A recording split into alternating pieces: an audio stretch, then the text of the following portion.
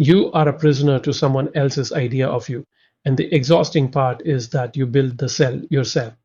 Every morning you wake up and perform a version of yourself that nobody actually asked for. There is a reason this keeps happening, and it is not a willpower problem. It goes deeper than that. I will show you exactly what it is. In this video, I will show you number one, why knowing you shouldn't care about opinions still doesn't stop the anxiety spiral when someone judges you, and what's actually happening beneath that. Number two, the ancient psychological mechanism, the Vedic tradition called ahamkara, which explains how your ego constructs itself from other people's mirrors, something modern neuroscience only confirmed recently. Number three, a specific daily practice called sakshi bhava, witness consciousness, that gives you a way to watch the craving for approval without feeding it, so it slowly loses its grip. Let's get into it. A few years ago, I spoke to a man, mid 30s, successful by every external measure, who told me he had rehearsed his own father's birthday toast 17 times in front of a mirror, not because he wanted it to be good, because he was terrified his father would find it embarrassing. His father, who loved him unconditionally. The approval he was chasing did not even exist as a real threat, but his nervous system did not know that. That gap between what you know intellectually and what your body keeps doing is exactly what this video is about. You have read the quotes. You have probably told yourself 100 times that other people's opinions are none of your business, and then someone leaves a short reply to your message, or your colleague raises an eyebrow in a meeting, and the whole thing collapses in about 4 seconds. The reason that happens is not weakness, it is architecture. Your brain runs something researchers call sociometer theory. The idea is that your sense of self worth is not a fixed internal reading, it is a live signal, constantly scanning the social environment for evidence of your standing. Acceptance goes up, the signal feels safe. Rejection goes down, the signal fires an alarm. And that alarm is not metaphorical. It activates the same neural pathways as physical pain. So when someone judges you and your chest tightens and your mind starts running through every possible interpretation of what they meant, that is not you being weak or overthinking. That is a threat detection system doing exactly what it was built to do. The problem is that system was built for a world where social rejection meant being left behind by the tribe, which meant death. It was not built for a world where a stranger on the internet dislikes your photo and your body treats it like a survival event. Now, every competitor in this space will tell you the solution is to care less, toughen up, stop giving a damn. But that advice ignores the architecture entirely. You cannot willpower your way out of a threat detection system. Telling yourself not to care when your amygdala is already firing is like telling yourself not to flinch when someone throws something at your face. What you need is not suppression. What you need is a different relationship to the signal itself. And that is what the Vedic tradition mapped out with extraordinary precision, thousands of years before any of this had a name in Western psychology. The practical takeaway for this section is simply to name what is happening when it happens.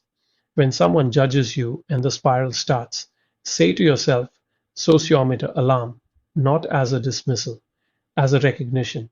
You are not broken. A very old system is doing its job in the wrong context. That naming creates a tiny gap between the stimulus and your reaction, and that gap is where everything else becomes possible. The Bhagavad Gita describes a person called the Stita Prajna. Translated literally, it means someone of steady wisdom. But what the Gita is actually describing is a specific psychological profile. A person who remains undisturbed by praise or criticism, by success or failure, not because they feel nothing, but because their sense of self is not built from those things. Most people read that and think it sounds like detachment, like becoming cold or unreachable, but that is a misreading. The Gita is not describing indifference. It is describing what psychologists now call a secure self concept, an identity that does not depend on external validation to feel real. To understand how you get there, you have to understand what the Vedic tradition identified as the root cause of the opposite condition. They called it ahamkara. The word breaks down to aham, meaning I, and kara, meaning maker. Literally, the I maker. Ahamkara is the mechanism by which the ego constructs its identity. And the Vedic insight, which is remarkable for how precisely it maps onto modern neuroscience, is this: the ego does not build itself from the inside out, it builds itself from the outside in. It constructs who you are from the reflections it receives from other people. You are smart because your teacher said so. You're attractive because someone showed interest. You're successful because the metrics say so. You're worthy because enough people approved. The ego is not a self, it is a collection of mirrors, each one held up by someone else. This is why the comment from a stranger can destabilize you even when you logically know it should not matter, because the ahamkara is not logical, it is structural. It is the operating system, not an app you can just delete. When you understand this, something important shifts. You stop blaming yourself for caring what people think. Of course, you care. You were built to care.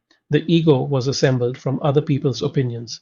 Asking it to be indifferent to opinions is like asking a building to be indifferent to its own foundations. The Gita's answer is not to destroy the ahamkara through discipline or suppression. It is to recognize something that exists prior to it, what the tradition calls pure awareness, or chit, the part of you that watches the ego perform without being the ego, the witness. And this is where the concept of the sthita prajna becomes practical rather than philosophical. The person of steady wisdom is not someone who has no ego. They are someone who has learned to identify more with the witness than with the ego's fluctuating report card. The practical implication of this is significant. When someone criticizes you and you feel that familiar contraction, the question is not, how do I stop caring? The question is, who is watching this happen? Because something in you is always watching. That watcher is not the one who needs the approval. Understanding ahamkara is useful, but understanding it does not stop caring what people think. And this is the question nobody in this space actually answers. You can know all of this intellectually and still feel the anxiety. So, what do you actually do with it? The Vedic tradition offers a specific practice for this. It is called Sakshi Bhava. Sakshi means witness. Bhava means state of being. It is not meditation in the sense most people think of it. It is a particular quality of attention you can apply to any moment, including the moments when you are most caught in the approval spiral. And before I name the technique, here is what it produces because that is what matters. When you practice Sakshi Bhava consistently, the craving for approval does not disappear, but it loses its authority. You can feel it without being commanded by it. The difference between those two things is the difference between being in a river and watching a river from the bank. Modern psychology has a very close parallel to this in acceptance and commitment therapy, specifically in a technique called cognitive diffusion. The idea is that you create distance from your thoughts by observing them rather than inhabiting them.